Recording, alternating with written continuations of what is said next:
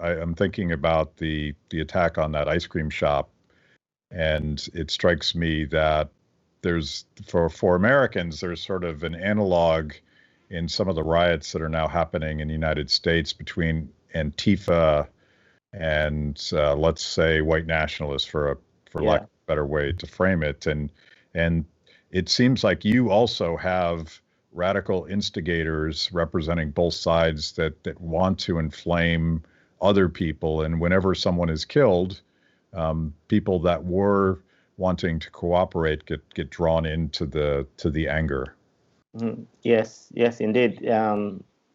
Well, I can say, it's, looking back 2 weeks ago, I was very worried about the situation, about the things I saw, because these are not the things that usually happen when you walk around Israel, and especially the center of Israel.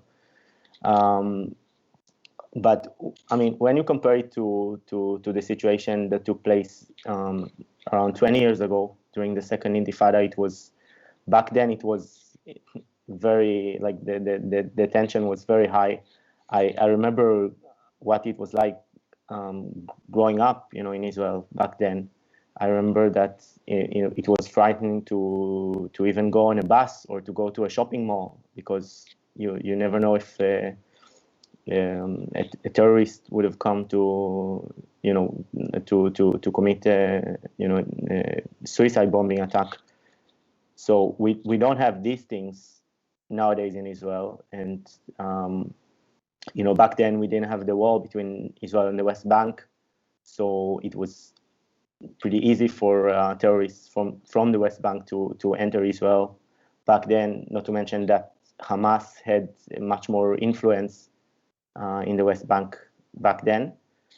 So, to me, it reminded me of that situation, but in a very, let's say, different way.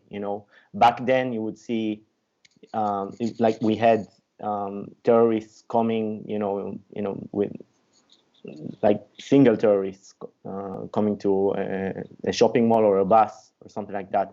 But then all of a sudden we had riots. We had rioters, we had groups of people, angry people that came and started attacking innocent civilians from both sides. And it was very frightening. I'm happy to say that it seems like we are, things are calming down. We haven't experienced riots besides the situation in Jerusalem, which is complicated in itself. And earlier today there was another terror attack, like a stabbing attack. A terrorist stabbed a soldier and another guy, and that's unfortunate. But again, these cases are pretty rare, luckily, and ideally we would want them, not to exist at all. But overall, it seems like things are gradually getting back to normal, especially in mixed towns and in Tel Aviv and the center of Israel.